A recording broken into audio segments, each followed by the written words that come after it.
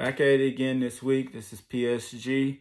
I'm assuming you've done your reading. It's Chapter 4, Avoiding Promotions, Scams, and Bribes. It's a very timely topic, being some of the information that just came out this week regarding a Twitter guy that had a lot of following.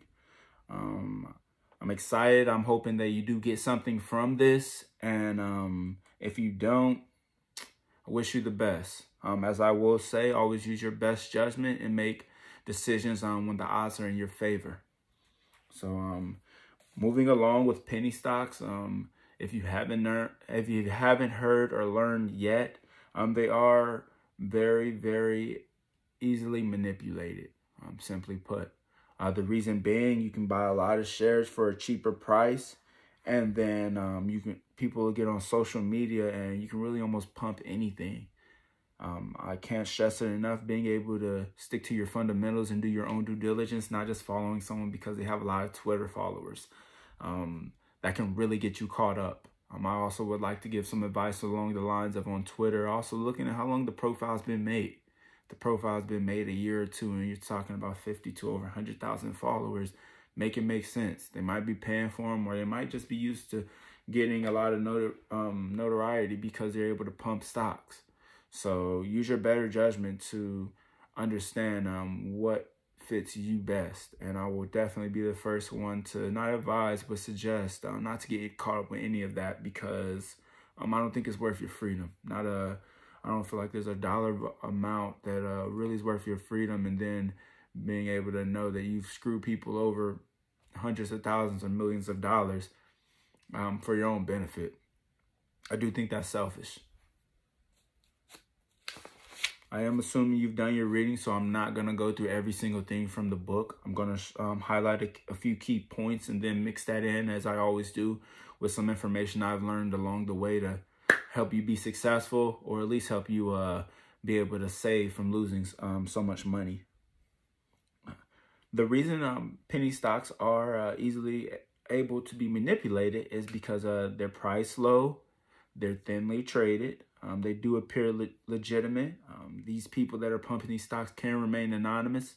You'll see on social media, they may have multiple Twitters, multiple group chats, hiding behind different names to pump very similar stocks. I'll be the first one to say, when you see people doing this, it's a perfect time to take a break, in a sense, and learn from the sidelines, as far as looking at the charts on a lot of the stocks as they move, that they've been a part of, to see if these are literally stocks that move up genuinely, or if these are up a few days and back down from where they started a few days later. So those type of things will help you to I feel like reduce losing a certain amount of money in the market. You'll see they're coordinated price drives, as I mentioned. The stock goes up, stock goes down. You see people bashing these people, going at them. You see them blocking them on Twitter. I mean, it gets pretty ugly on social media. I try to stay out of a lot of that and focus on the due diligence and the mental side of avoiding these type of pitfalls.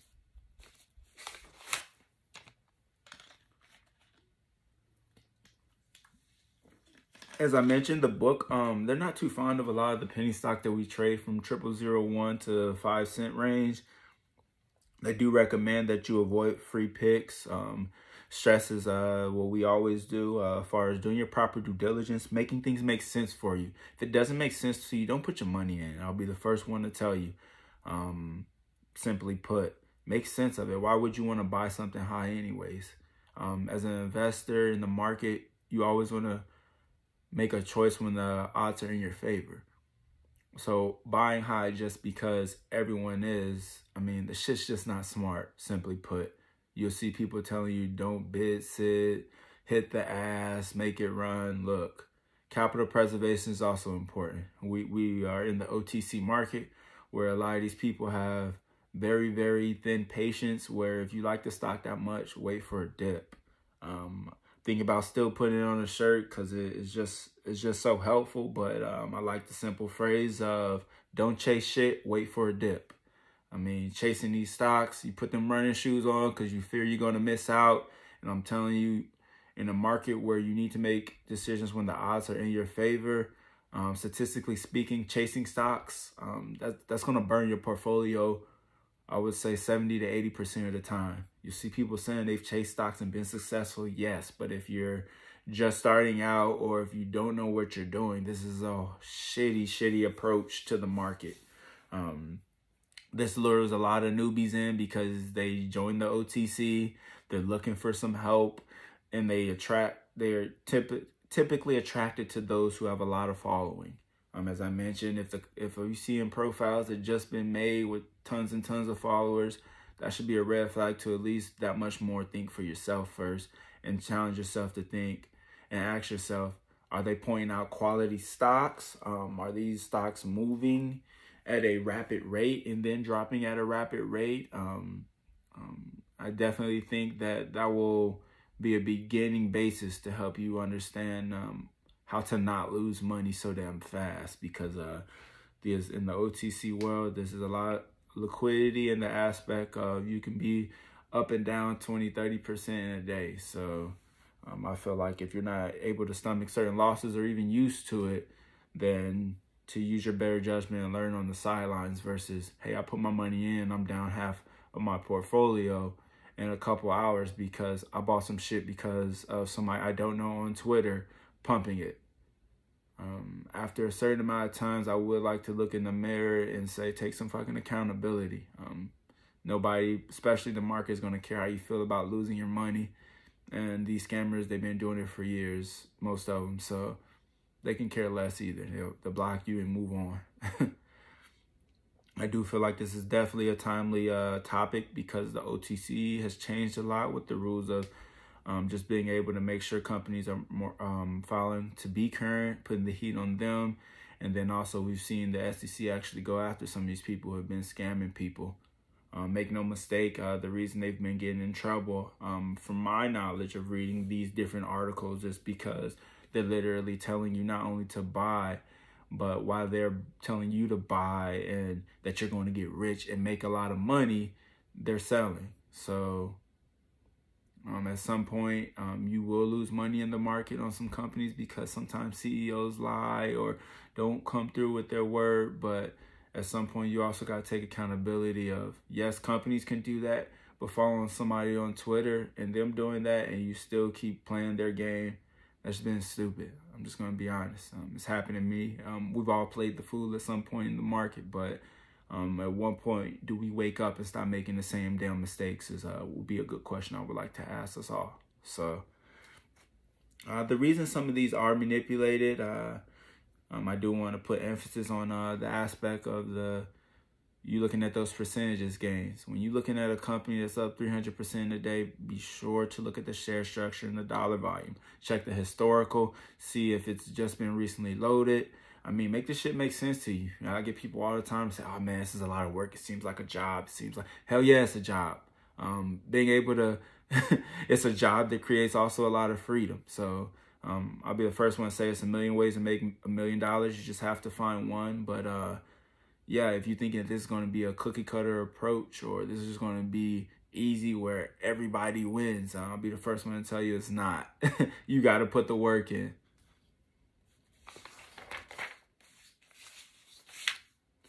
Yes, I did mention earlier, there are people out there that are paid promoters. I'll be the first one to tell you don't get involved with it. Yes, you probably can make some money, but screwing shareholders over, look, just buy your shit out the market. Buy your shares out the market. Wait for the company to come to life. Have a little patience. If you think about the aspect of most blue chip stocks take years to give you a certain percentage of a return. If you buy a few quality penny stocks and sit on them for 6 months to a year, not only will you learn a lot, but you also could put yourself in a position to make a lot of money. There's been tickers that we've named and mentioned at the beginning of the year that have ran a few thousand% after just 6 to 8 months. And I get it, OTC, no one has patience, but those that do have patience, they get paid pretty damn well. So understanding accountability and patience, I think those are two key fundamentals that will help you be successful. I also want to put emphasis on knowing if the company has any types of lawsuits that can be manipulated in the market. People, you'll see them maybe saying that they're going to win, they're not going to win. Do your due diligence. Go look at the court dockets. Find out how you can look at the court dockets. Yes, you may have to pay a few, I think it's maybe 10 cents or 20 cents per court docket, but I do feel like it's worth it because I need to see and make sense of this versus just taking someone's word off of Twitter face value as why I should buy more or get out of the stock. You see people manipulating all over social media, and sometimes they're trying to get you to sell your shares so they can buy yours for a lower price. So I just understand this is an extremely mental game. If you feel like thinking is a lot for you, it's exhausting. Looking at numbers is exhausting. Putting in work is exhausting. Then I'll be the first one to tell you this shit's not for you. Close the book. Delete the video. Don't follow me on Twitter. Look, jump out the group chat. I'll be the first one to tell you because I think people get the misconception that they're going to jump into the world of investing with no fucking experience and be great in a short period of time.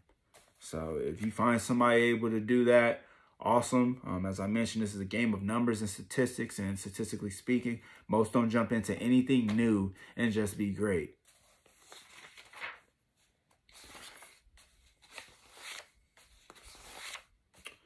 All right. And the last thing I would like to just touch on is recognizing a buying opportunity. I can't stress it enough. It happens to everybody. The fear of missing out. It's getting pumped on social media. It almost feels like you're falling into it of you're like, just take my money. I want to just be a part of this. I'll be the first one to re-say it and reiterate it all the damn time of making decisions when the odds are in your favor. Wait for a dip. Be patient. Learn on the sidelines. A lot of newbies do not understand how much you can learn on the sidelines and then put yourself in a position to then make a best decision for your portfolio. We all have different goals. So people will say, hey, price targets and ask for this and that versus understanding. Put in your work. Go see where the stock is trading, the sector. If there's news coming out, put in your work. These scammers are only successful because people listen to them. So if you're going to listen to them and not buy, or listen to them and learn exactly what they're talking about versus just, hey, the stock's moving, buy now. I feel like that's a shitty experience or a shitty phrase to tell anybody, buy now. There's so many questions that could come up with why I should buy, where I should buy, and where do I see this company potentially going. No, stick to your fundamentals. That's very important. If you don't have fundamentals, you're not going to be successful at this at all. You can make a little bit of money, but if you're trying to do this and be around for a while, it definitely takes some tough skin, and it's going to take some discipline.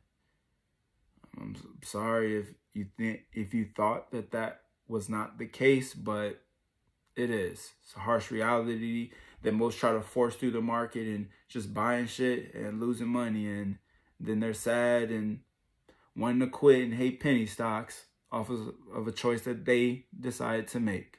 So, reading over, just making sure I touched on some different things. Yep. So I can't stress it enough. I'm hoping that you all got a little bit out of this, as far as just not chasing stocks, not trusting everybody's word, making shit make sense for yourself before you put your money into it, and then also just understanding that it's okay just to learn on the sidelines, because a lot of people, especially starting out, ain't used to losing money.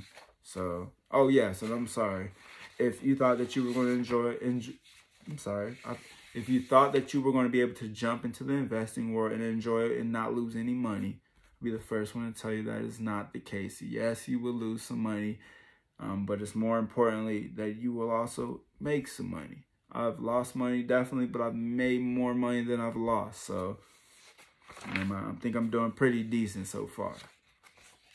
What's most important is you being able to do decent. But you're not going to do decent if you're not understanding this shit.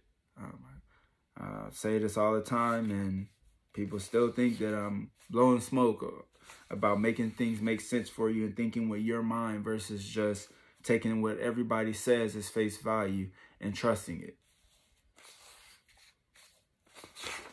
And last thing, we all are human. So with this scam, these scams, these bribes, these promotions, don't let the dollar fool you. That shit can get you caught up and get your ass put in jail trying to make an extra dollar off scamming people or not doing the right thing. So I would just say use your best judgment and don't let that dollar ruin your freedom. It's PSG. We'll see you next week for chapter 5. Hopefully you got something out of this. If you didn't, oh well, I wish you the best. Take care.